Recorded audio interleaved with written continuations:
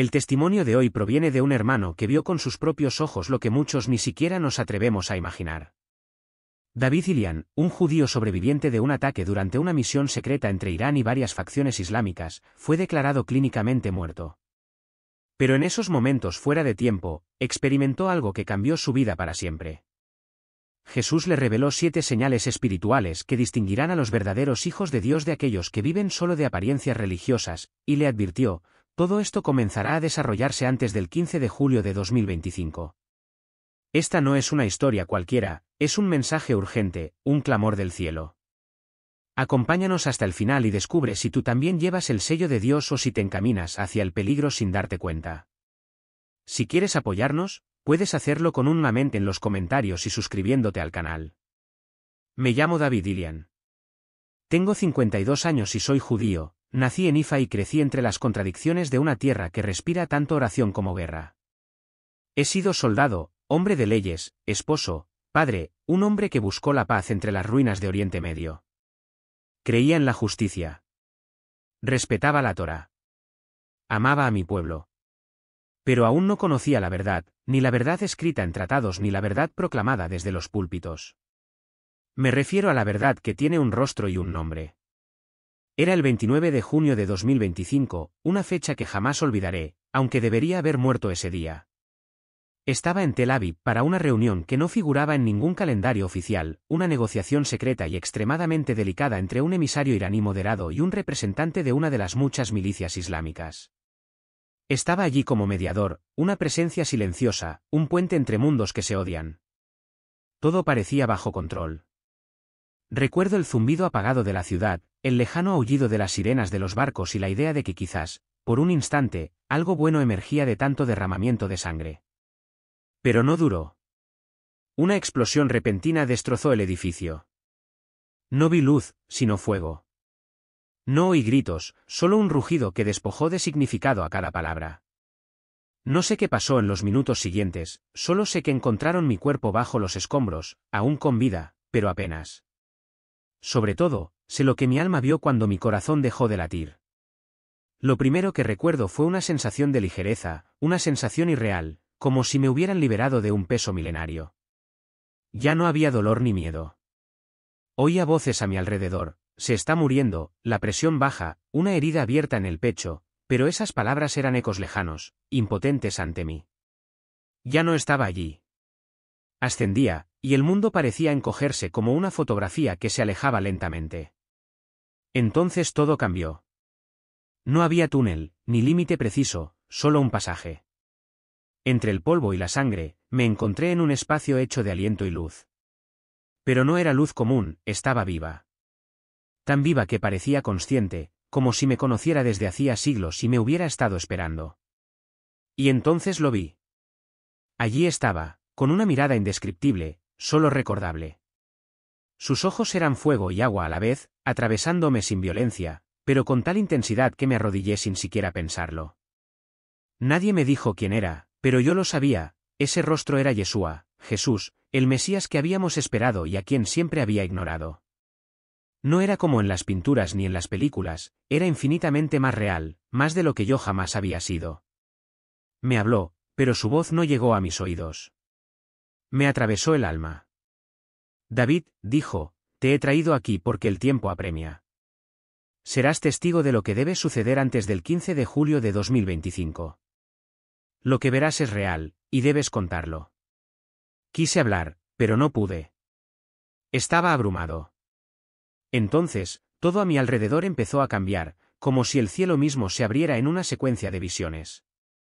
Hombres y mujeres de todos los pueblos, algunos con rostros serenos, otros vacíos como cascarones, flotaban ante mis ojos. La luz emanaba de ciertos corazones, mientras la oscuridad se tragaba a otros.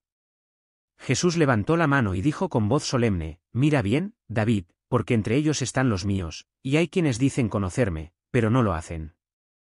Lo que separa a unos de otros es invisible al ojo humano, pero en los próximos días se hará evidente, muy evidente. En ese momento comprendí que estaba a punto de ver cosas que cambiarían mi vida para siempre, y quizás la tuya también. No sé cuánto tiempo pasó después de que Jesús habló, pero sé que la realidad comenzó a disolverse como la niebla, disipada por una luz demasiado poderosa para ser engañada. Y esa luz no ardía, abrazaba, revelaba, profundizaba. Me encontré en un espacio que contenía cada continente, cada época, cada rostro. Era como si toda la humanidad bailara silenciosamente ante mí, hombres, mujeres, ancianos, jóvenes, niños. Algunos oraban, otros se esforzaban, otros lloraban o reían, inmersos en sus vidas. Sin embargo, había una clara división, invisible a simple vista, pero espiritualmente evidente. Jesús me guió entre ellos, y mientras caminábamos, noté un detalle desconcertante: algunas personas brillaban por dentro, no una luz física, sino un resplandor del alma, una especie de sello espiritual grabado en el corazón. Otras, en cambio, eran opacas, algunas incluso bien vestidas, con escrituras en la mano y símbolos religiosos a su alrededor, pero el vacío que las envolvía hablaba más fuerte que cualquier oración que pronunciaran. ¿Los ves?, preguntó Jesús. Su voz era serena, pero cada palabra disipaba cualquier ilusión. Muchos dicen ser míos, pero no llevan mi sello. Hablan de mí, pero no me conocen. Frecuentan lugares de culto, pero sus corazones están lejos. Señaló a una mujer sentada en el suelo de una pequeña habitación, paredes desnudas, una cama deshecha, una Biblia abierta a su lado. Lloraba, pero en sus ojos había paz, una paz que superaba la miseria que la rodeaba. Esta, dijo Jesús, es una de las mías. Su vida ha sido transformada. Ha renunciado al resentimiento, ha elegido el perdón y ha renunciado a todo lo cómodo por amor a la verdad. Esta es la primera señal, explicó, un corazón transformado. Entonces me mostró a un hombre elegante dentro de un gran auditorio religioso, hablando ante cientos de personas bajo la luz de los focos. El público aplaudió, embelesado. Pero vi más allá de la fachada. En su interior había un vacío escalofriante, y en sus labios, ninguna verdad. Este hombre conoce la Torá, dijo Jesús, pero no me conoce a mí. Su corazón no ha sido tocado por mi gracia, sigue siendo de piedra. Jesús me miró. Muchos creen que basta con declarar la fe, pero yo no busco solo declaraciones. Busco una transformación, y no se puede imitar. Es el resultado de un encuentro real conmigo. Mira a Moisés, él fue transformado no solo por los mandamientos, sino al ver mi gloria. Mira a Saulo, el perseguidor, cuando me vio, cuando me escuchó, se convirtió en Pablo. El hombre nuevo nació de la aniquilación del orgullo. Me sentí pequeño, como si mis convicciones se desmoronaran una a una. Siempre había creído que buscar la verdad con honestidad, y la identidad religiosa como pueblo elegido, bastaría. Pero ahora entendía que todo dependía de una sola cosa: si había conocido o no a Yeshua, si su presencia había transformado realmente mi corazón. Mira otra vez, me dijo. El escenario cambió, y vi el año 2025 desplegarse como un pergamino, ciudades bajo tensión, mercados en crisis, familias perdiéndolo todo. Sin embargo, en medio de la confusión, algunos caminaban con serenidad. No eran inmunes a las dificultades, pero llevaban una paz que desafiaba la lógica. Estos habían transformado sus corazones, explicó Jesús. Para ellos, la seguridad ya no estaba en los bancos ni en los gobiernos, sino en mí. No se aferraron al dinero, no se angustiaron cuando todo lo demás se derrumbó. Su paz no dependía de lo que tenían, sino de en quienes se habían convertido. Vi a un padre compartiendo su último pan con un vecino, aunque su propia familia pasaba hambre. Vi a una madre orando por sus perseguidores. Vi a un anciano renunciando a una pensión corrupta, prefiriendo el hambre a la mentira. Todos ellos brillaban con esa misma luz, no porque fueran perfectos, sino porque habían sido transformados. Jesús concluyó con palabras que todavía resuenan dentro de mí como una llama encendida en mi pecho. Quienes me pertenecen ya han sido tocados por el cielo, no viven para sí mismos, sino para mí. En este tiempo que nos acerca al 15 de julio, la diferencia se hará evidente: quienes se transformen se mantendrán firmes, mientras que quienes no, caerán. En ese momento, comprendí que mi vida necesitaba más que simplemente sobrevivir en la guerra del mundo, tenía que estar listo para la batalla del espíritu. Creí haber visto suficiente. Ese corazón transformado, la luz que distingue a los verdaderos niños de quienes viven de meras apariencias, me pareció la señal definitiva. Creí que era el fundamento, el criterio absoluto. Pero me equivocaba, era solo el principio. Jesús, siempre a mi lado, me guió hacia una nueva visión. El paisaje cambió de un reino abstracto de rostros y espíritus al centro de un aula universitaria. Las paredes estaban cubiertas de lemas coloridos. Los estudiantes permanecían atentos mientras un joven profesor hablaba desde el podio, moderno, abierto, amable, pero su enseñanza revelaba un Dios domesticado, moldeado no para desafiar, sino para consolar. Jesús se volvió hacia mí con firme resolución: la segunda señal que me distingue es un amor inquebrantable por la verdad, no la verdad que se doblega ante los aplausos humanos, sino la verdad que se mantiene firme incluso cuando cuesta todo. De inmediato, vi a un pastor en una gran iglesia, elegante, respetado, aclamado, hablando de amor, prosperidad y éxito. Cada palabra estaba pensada para atraer y entretener. Pero en el púlpito faltaba la cruz, había consenso, pero no pasión. Jesús murmuró: donde hay verdad, también está la cruz. Entonces vi a otro hombre, sentado en un banco frente a una sinagoga en ruinas. Nadie le prestó atención. Su rostro estaba cansado, pero sus ojos ardían de convicción mientras leía las Escrituras en voz alta, proclamando la justicia y un Dios que nunca cambia. Ridiculizado y rechazado, siguió adelante. Jesús declaró: aquí está uno de los míos, ama la verdad más que la reputación o la comodidad, y busca mi aprobación por encima de todo. La visión cambió de nuevo y reconocí nuestro tiempo, 2025. Imágenes pasaron rápidamente, iglesias alterando textos sagrados para adaptarse a nuevos códigos culturales, rabinos rechazando ciertos pasajes de la Torá para evitar ser etiquetados como intolerancia, cristianos firmando compromisos morales para conservar sus empleos. Jesús mostró familias destrozadas, padres que negaban el Evangelio para seguir las ideologías de sus hijos, líderes que antes proclamaban la verdad absoluta y ahora vendían su conciencia a cambio de ser aceptados. Algunos lo hicieron con angustia, otros con descuido, pero todos perdieron algo valioso. Jesús continuó: muchos creen que pueden amarme y amar al mundo también, defender la verdad y negarla por conveniencia. Pero esto es traición, no amor. Los míos no cambian la verdad por contratos, aplausos ni posición. No se arrodillan ante los ídolos de su época. Entonces me reveló a una joven que acababa de perder su trabajo en lugar de firmar un documento que contradecía su fe. Sola pero en paz, había elegido la verdad, y vi que Dios estaba con ella. Recordé la advertencia de Isaías: hay de los que llaman al mal bien y al bien mal. Jesús leyó mis pensamientos y dijo: la confusión se está convirtiendo en ley, pero los míos no están confundidos, llevan en sí el espíritu de la verdad.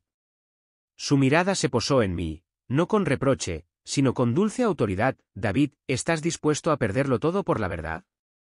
¿Hablarás cuando el mundo te exija silencio? ¿Amarás mi palabra más que tu reputación? Esas preguntas me persiguieron mucho después de mi regreso, pues no iban dirigidas solo a mí, sino a cada uno de nosotros. ¿Quién eres cuando la verdad te cuesta algo? ¿Cuando amar a Dios te hace impopular, marginado, solo? Este es el momento en que los sellados se distinguen de los seducidos. En este año, la verdad ya no será una opción conveniente, sino un camino estrecho, y solo quienes la aman de verdad la seguirán hasta el final. Tras mostrarme corazones transformados y un amor inquebrantable por la verdad, Jesús me condujo a un nuevo espacio espiritual donde la atmósfera misma parecía respirar pureza. No había caos, ni fuego, ni destrucción, pero tampoco una tranquilidad pasiva. Se sentía como un campo sagrado donde cada respiración era una oración y cada pensamiento una ofrenda. Allí vi a una anciana en su modesta cocina, lavando platos sola. Sin altar, sin incienso, sin cánticos, solo silencio. Sin embargo, la habitación estaba llena de la presencia de Dios. Cada gesto, secar un vaso, preparar una copa, se convertía en una liturgia oculta. Su mirada se elevaba en reverencia, su corazón oraba con amor silencioso y continuo. La santidad, dijo Jesús, no es espectacular, es secreta. Es un hambre interior que nunca se satisface. No es perfección, sino separación, el deseo de complacerme incluso cuando nadie me ve. Luego vi a un joven caminando por una ciudad nocturna llena de bares, voces y luces intermitentes, tentaciones por doquier. Sin embargo, caminaba erguido, con la mirada baja, recitando salmos en voz baja. La verdadera fuerza, explicó Jesús, no reside en resistir por miedo, sino en el amor a mi presencia, sabiendo que incluso en secreto, veo. Entonces aparecieron personas influyentes, empresarios, artistas, médicos, que vivían como si cada decisión fuera un acto sagrado. Rechazaban los compromisos ocultos y las pequeñas mentiras, no por fanáticos, sino para mantener la pureza de sus corazones. Vivían en el mundo, pero no pertenecían a él. La escena cambió de nuevo a una habitación en penumbra donde un hombre, arrodillado, exhausto y tembloroso, oraba. Su voz era ronca y quebrada, no pedía nada para sí mismo, sino que intercedía por su ciudad, los jóvenes y la iglesia. El aire a su alrededor rebosaba de poder. Esto, dijo Jesús, es oración, no recitación ni formalidad, sino comunión. Es batalla. Es amor. Entonces vi una red invisible que conectaba a estos guerreros fieles, aquellos con rodillas desgastadas, no plataformas. Un hilo de oro tejía naciones e idiomas. Comprendí que ellos son los verdaderos guerreros del reino, no aquellos con fama, sino aquellos cuyas rodillas llevan las cicatrices de la oración. Jesús me miró y declaró, en 2025, la oración ya no será un lujo, será una supervivencia espiritual. Quienes no oren caerán en la confusión, perdidos entre las voces del mundo. Pero quienes permanezcan en oración serán como árboles plantados junto a los ríos, no temerán la sequía. Finalmente, me mostró a mí mismo, cuántas veces oraba por deber, cuántas veces permanecía en silencio cuando el ruido externo se calmaba, sin buscar jamás su voz. Había tratado la oración como una actividad, no como una relación, como una petición, no como un aliento. En ese momento comprendí que la verdadera fuerza no reside en gritar consignas, sino en vivir una vida santa sin ser vistos, en orar cuando Dios parece callar y en resistir la tentación no por nuestro propio poder, sino por amor. Jesús concluyó, la santidad y la oración van de la mano. No puedes ser mío si no deseas mi pureza, y no puedes resistir si no permaneces en mí. Los míos son los que velan incluso mientras el mundo duerme. Y mientras sus palabras se desvanecían en el aire, sentí una nueva sed dentro de mí, no de saber, ni de hacer, sino de pertenecer totalmente. Cuando Jesús me dijo que estaba a punto de mostrarme las dos últimas señales, las que distinguen definitivamente a quien le pertenece, sentí un escalofrío. Fue como si estuviéramos entrando en el corazón mismo del discernimiento final, sin matices ni ambigüedades, sino verdades desnudas que separan lo auténtico de lo ilusorio. La visión se abrió a un jardín, pero no era un jardín cualquiera. Cada planta, cada árbol, daba fruto. No había maleza ni espinas, solo árboles florecientes. Y, sin embargo, no todos producían el mismo fruto. Algunas daban manzanas espléndidas, otras higos, otras racimos de uvas. Pero luego, al observar más de cerca, noté que algunas frutas estaban huecas por dentro, como si fueran falsas, brillantes por fuera, pero podridas por dentro. Jesús me dijo, la sexta señal es esta, el fruto del Espíritu. No palabras, ni títulos, ni doctrinas, sino una vida transformada que produce amor, alegría, paz, paciencia, benignidad, bondad, fidelidad, mansedumbre y dominio propio. Es por esto que reconoces lo mío. Luego me mostró a un hombre que conocía, un respetado líder religioso, siempre dispuesto a corregir a los demás y a discutir doctrinas. Pero en su vida no había misericordia ni alegría. Trataba a todos con desprecio disfrazado de celo, lleno de conocimiento pero carente de fruto. Entonces vi a un padre joven y desconocido que se levantaba a las 5 de la mañana para orar. Trabajaba duro para alimentar a su familia, no predicaba en público, pero vivía cada día con integridad, sonriendo incluso cuando tenía 1000 razones para ceder a la amargura. Su hijo corría a abrazarlo todas las noches, y una paz inexplicable reinaba en su hogar. Jesús dijo, Él es mío. Porque a los míos no se les reconoce por los dones que poseen, sino por el fruto que dan. El fruto no se puede simular. Es la señal de que la raíz es verdadera. Entonces vi comunidades enteras, algunas llenas de actividades religiosas, coros, predicaciones, luces, pero sin amor, sin paciencia, sin perdón. Otras pequeñas, ocultas, pero llenas de calidez, sonrisas genuinas, lágrimas compartidas. Estaba claro cuál era el cuerpo vivo y cuál era una representación estéril. Jesús me miró y dijo, muchos hablan en mi nombre, pero mi espíritu nunca los ha cambiado. Es fácil hacerlo, pero cuando habito en alguien, el cambio es evidente, no en cómo hablan de mí, sino en cómo tratan a los demás, en cómo responden a las críticas, a la provocación, a la soledad. Entonces la visión cambió y el cielo se oscureció. Un viento gélido empezó a soplar. Era como si algo se estuviera preparando. El mundo a su alrededor parecía estar al borde de un gran punto de inflexión. Y Jesús dijo: ahora te mostraré la séptima señal, la más profunda, la más oculta, la más decisiva, el sello de Dios. Las imágenes que siguieron me hicieron temblar. Vi gente común caminando por las calles, mujeres en el mercado, hombres uniformados, niños en la escuela, pero algunos llevaban una señal luminosa, invisible para la mayoría, pero muy clara para mí. Era como una huella espiritual en su frente, una presencia estable y viva. No eran perfectos, pero estaban marcados. Jesús habló con autoridad: este es el sello que yo mismo pongo sobre mí. No se gana. No se compra. No se hereda. Es el fruto de la obediencia, la entrega, la verdadera comunión conmigo. Es la identidad eterna de quienes verdaderamente me pertenecen. Luego me mostró lo que significaba no tener ese sello. Vi a personas religiosas, pero sin marca, algunas convencidas de pertenecer a Dios, pero confundidas, inestables, dispuestas a ceder ante el primer viento contrario. Vi a líderes famosos seducidos por el poder y la transigencia. Vi iglesias divididas, comunidades enteras engañadas por aparentes milagros que no provenían del Espíritu de Dios. En 2025, Jesús dijo: este sello será la única diferencia entre quienes resisten y quienes están perdidos, entre quienes sobreviven espiritualmente y quienes se dejan absorber por el sistema venidero. No será visible para los hombres, pero será muy claro en el mundo espiritual. Y el enemigo sabe a quién he marcado, y es allí donde atacará con más fiereza. Lo miré, temblando por dentro. Señor, ¿cómo puedo saber si tengo este sello? Y él respondió con una dulzura aterradora: si me amas más que a nada, si me buscas cuando todo se derrumba, si has dejado todo lo que te separaba de mí, si tu corazón es mío, entonces tu nombre también está en mi libro, y nadie podrá borrarlo. Al resonar esas palabras, sentí una especie de incisión en mi interior, una huella invisible pero eterna. No puedo explicarlo, pero desde ese momento lo supe. Supe que nunca volvería a ser el mismo. No puedo explicar con exactitud lo que ocurrió inmediatamente después. Todo seguía inmerso en la luz, pero esta ahora parecía moverse, latir, como si estuviera a punto de desvanecerse, o como si me estuvieran a punto de arrancar de ella. Jesús me miró en silencio.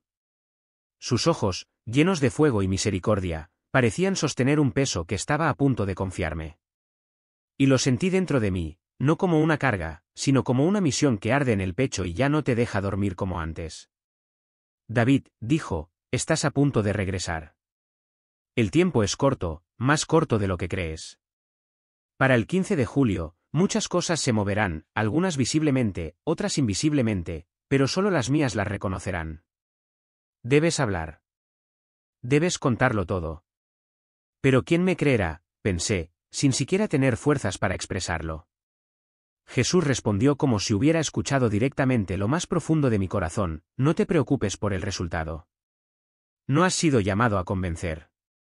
Has sido llamado a testificar. Y el que tenga oídos, oirá. Entonces sentí como si una fuerza invisible me jalara hacia atrás. No fue brusca, sino firme, como el viento que empuja una vela en la dirección correcta. Las visiones, una tras otra, se cerraron como páginas de un libro. Y al regresar por ese pasaje entre mundos, lo último que oí fue la voz de Jesús susurrándome: diles que vengo. Pero antes de que llegue, la separación será visible. El campo será zarandeado. Los míos serán reconocidos. Y los demás estarán confundidos. Prepárense. Mi cuerpo volvió a convertirse en una prisión de dolor. Mis huesos gritaban. Mi cabeza palpitaba. Sentía las costillas atravesadas por cuchillas invisibles. Abrí los ojos de repente entre las frías luces del hospital y las manos frenéticas de médicos y enfermeras. Acababan de terminar de reanimarme, y uno de ellos, un joven con la frente sudorosa, susurró casi con incredulidad: ha vuelto. Este hombre ha vuelto. Las semanas siguientes fueron un lento regreso a la vida física, pero mi espíritu ya no podía regresar. Cada noche, soñaba con las visiones. Cada palabra de Jesús resonaba como un tambor en mi pecho. Ya no podía callar. Empecé a hablar con mi esposa, con mis hijos, con los hermanos de la sinagoga. Algunos escuchaban atentamente, pero me miraban como se mira a un hombre que sobrevivió al desierto y relata haber visto un oasis invisible. Otros negaron con la cabeza, convencidos de que el trauma me había confundido. Pero entonces empezaron a llegar otros, desconocidos que decían, no sé por qué, pero siento que lo que dices es cierto. He soñado cosas parecidas.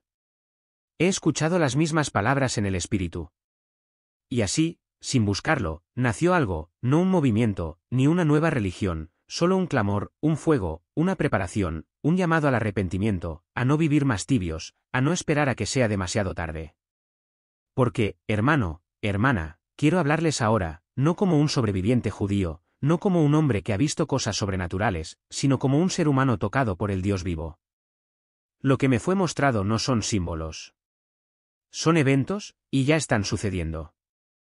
Antes del 15 de julio, habrá una señal, algo que separará a quienes tienen ojos para ver de quienes viven en un sueño espiritual. Sin embargo, la pregunta no es si todo esto sucederá. La verdadera pregunta es, ¿estás listo? ¿Tienes las señales? ¿Tu corazón se ha transformado? ¿Amas la verdad incluso cuando te cuesta?